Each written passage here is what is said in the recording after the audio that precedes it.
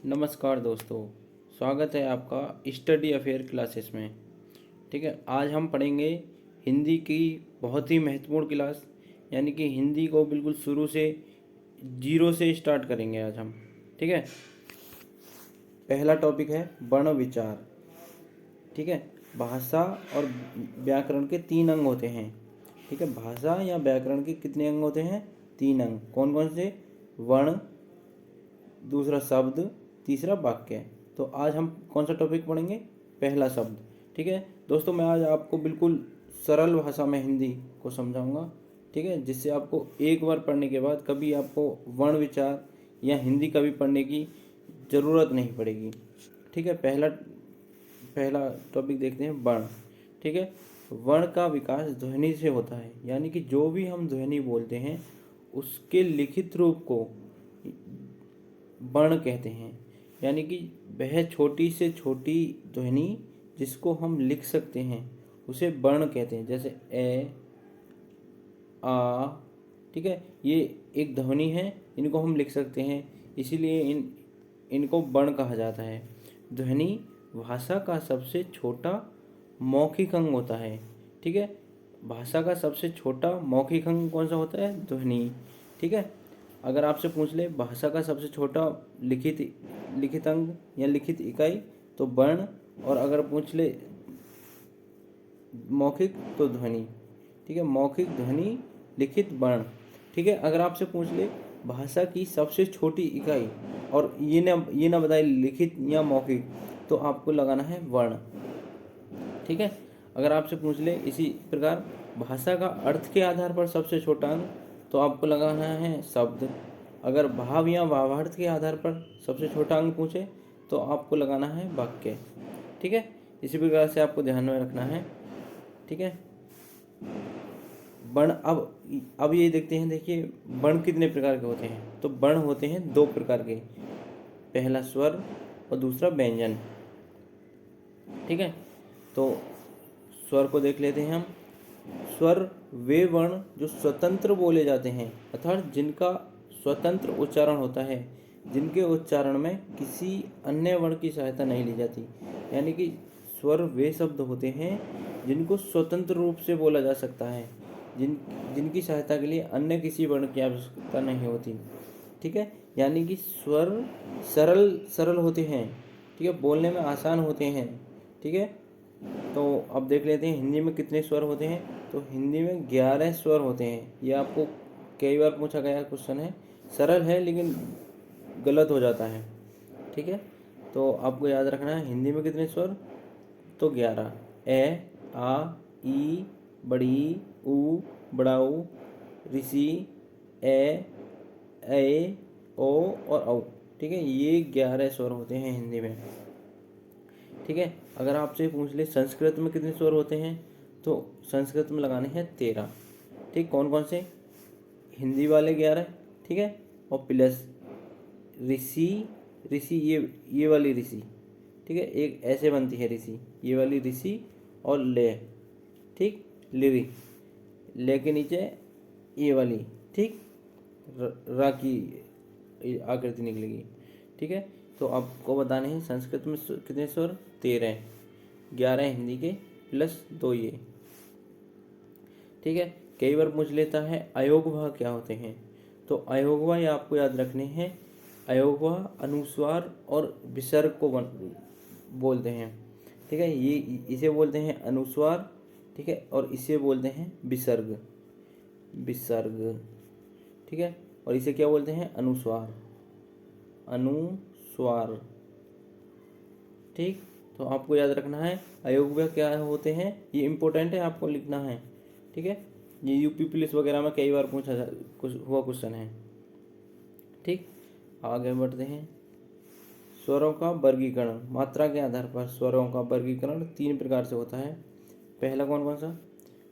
ह्रस्व, ह्रस्व स्वर, लघु, छोटा, एकमात्रिक या मूल। ठीक है, ये एक ही नाम है, आपको ध्यान रखना है। तो कौन कौन से होते हैं? ए, ई, ऊ और ऋषि। ठीक है, यानी कि ये मूल स्वर हैं।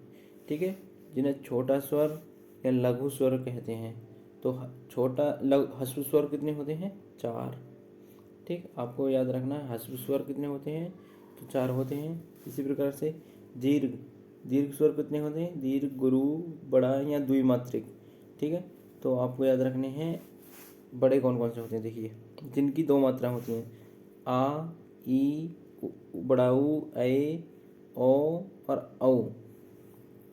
ठीक, तो दीर्घ स्वर कितने होते हैं, 7। ये आपको याद रखना है। ये जो मैं पढ़ा रहा हूँ आपको, ये आपको नोट्स बनाने हैं। ठीक है, और लिखते हुए चलना है आपको ये कॉपी में। ठीक है, इन्हीं से सवाल पूछे जाते हैं। ठीक है, क्या करना है आपको, नोट करना है। ठीक, अगर ये आपने ये क्लास अच्छे से पढ़ ली एक तरफ से, ठीक है, तो आपको और कहीं पढ़ने की आवश्यकता नहीं है। ठीक है, आपका यूपी पुलिस, टेट, पीटी, ठीक है, ये सभी जीडी, एसएससी जीडी, इनके लिए बहुत ही महत्वपूर्ण क्लास है। अब देखिए तीसरे नंबर पर मात्रा के आधार पर तीसरा वर्गीकरण, प्लूत स्वर। प्लूत स्वर क्या होते हैं, जब किसी स्वर को लंबे समय तक उच्चारित किया जाए। ठीक है, जैसे बोलते हैं भैया, आ, मतलब इसमें आ की ध्वनि आ रही है लगातार। ठीक है, तो प्लूत, आ का प्लूत बन गया, मतलब प्लूत स्वर होते हैं जब लंबे समय तक उच्चारित किया जाए कोई भी स्वर। ठीक है, अब देख लेते हैं कौन कौन से होते हैं प्लूत। ये 8 होते हैं प्लूत, इनका प्लूत बनता है ए, आ, ई, उ, बड़ा ऊ, ए, ओ और औ। यानी कि 8 ऐसे स्वर हैं जिनका प्लूत बनाया जा सकता है। ठीक है, अब देख लीजिए कौन से ऐसे स्वर हैं, यानी कि हिंदी में कुल कितने स्वर, 11 है, और प्लूत कितने का बनना है, 8 का। तो तीन ऐसे स्वर हैं जिनका प्लूत नहीं बनता, ई, उ और ऋषि। ठीक है, ये आपको ध्यान रखना है। आगे बढ़ते हैं। अभी कई बार क्वेश्चन पूछ लिया जाता है संयुक्त स्वर क्या होते हैं, तो संयुक्त स्वर होते हैं ए, ओ और औ। ठीक है, इनको बोलते हैं संयुक्त स्वर। संयुक्त स्वर कितने होते हैं, 4। ठीक, अब ये क्वेश्चन पूछ लिया जाता है ए को क्या कहते हैं, ए एक उदासीन स्वर है। ठीक है, एक कैसा स्वर है, उदासीन स्वर। ठीक है, उष्टाकृति के आधार पर स्वरों का वर्गीकरण, तो होठों की आकृति के आधार पर, मतलब स्वरों का वर्गीकरण होता है 2 प्रकार से। ठीक, पहला वृत्ताकार स्वर या वृत्तमुखी।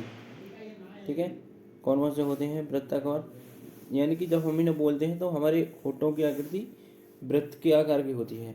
ऊ, ऊ, औ और औ। ठीक है, इन्हें आप बोल के देखिए तो आपके होठों की जो आकृति है वृत्त के आकार की, यानी कि गोल बन जाएगी। ठीक है, इसी प्रकार से देखिए अवृत्तमुखी या आवर्तमुखी। ठीक है, ये ऐसे है। तो ऐसे स्वर जिनको बोलते समय वृत्त की आकृति ना बने, ठीक है, उन्हें बोलते हैं आवर्तमुखी। ठीक है, ए, ओ, ई, ऋषि, ए और ए। ठीक है, ये ऐसे स्वर हैं जिनको बोलने पर वृत्त की आकृति नहीं बनती। ये कितने हैं, 4 ऐसे हैं, और 7 वृत्त वाले हैं, 4 वृत्ताकार हैं। ठीक, आगे बढ़ते हैं। अब देखिए होठों की आकृति के आधार पर हमने देख लिए। अब देखते हैं जीव की क्रियाशीलता के आधार पर स्वरों का वर्गीकरण। तो जीव की क्रियाशीलता के आधार पर होते हैं 3 प्रकार के, पहला अग्रस्वर, दूसरा मध्य स्वर, तीसरा पश्च स्वर। ठीक है, पहला देखते हैं अग्रस्वर। अग्रस्वर यानी कि जो जीव आगे से बोले जाते हैं, ई, ए और ऋषि, यानी इनको बोलते टाइम जीव का अग्रभाग क्रियाशील होता है। ठीक है, तो इन्हें बोलते हैं अग्रस्वर। अगर और आपसे पूछ ले मध्य स्वर क्या होता है, मध्य स्वर होता है ए। आप बोल के देखिए ए, तो आपको लगेगा जीभ के बीचों बीच से आवाज़ आ रही है। ठीक, इसी प्रकार से पश्च स्वर, यानी कि जीभ के पिछले भाग से जो स्वर बोले जाते हैं उन्हें बोलते हैं पश्च स्वर। आ, उ, औ और औ। ठीक है, इन्हें बोलते टाइम पीछे से जीभ के पिछले भाग से आवाज़ आती है। ठीक है, तो इन्हें बोलते हैं पश्च स्वर। इसकी एक ट्रिक है, अगर आप देखना चाहें तो ये होते हैं सभी, इनमें 3 की आकृति बनती है, ठीक। तो जिनमें भी 3 की आकृति बनती है वो सभी पीछे से बोले जाते हैं, ठीक है, उन्हें पश्च स्वर बोलते हैं, ठीक है। तो दोस्तों धन्यवाद। वीडियो अच्छी लगे तो सब्सक्राइब कर लेना चैनल को। और ये ऐसी क्लास है जिससे आपको जिसके पढ़ने के बाद आपको किसी भी अन्य क्लास की देखने की आवश्यकता नहीं होगी, ठीक है। आप चाहे यूपी पुलिस, यूपी टेट, किसी की भी तैयारी कर रहे हो, ठीक है। तो दोस्तों धन्यवाद, मिलते हैं अगली वीडियो में।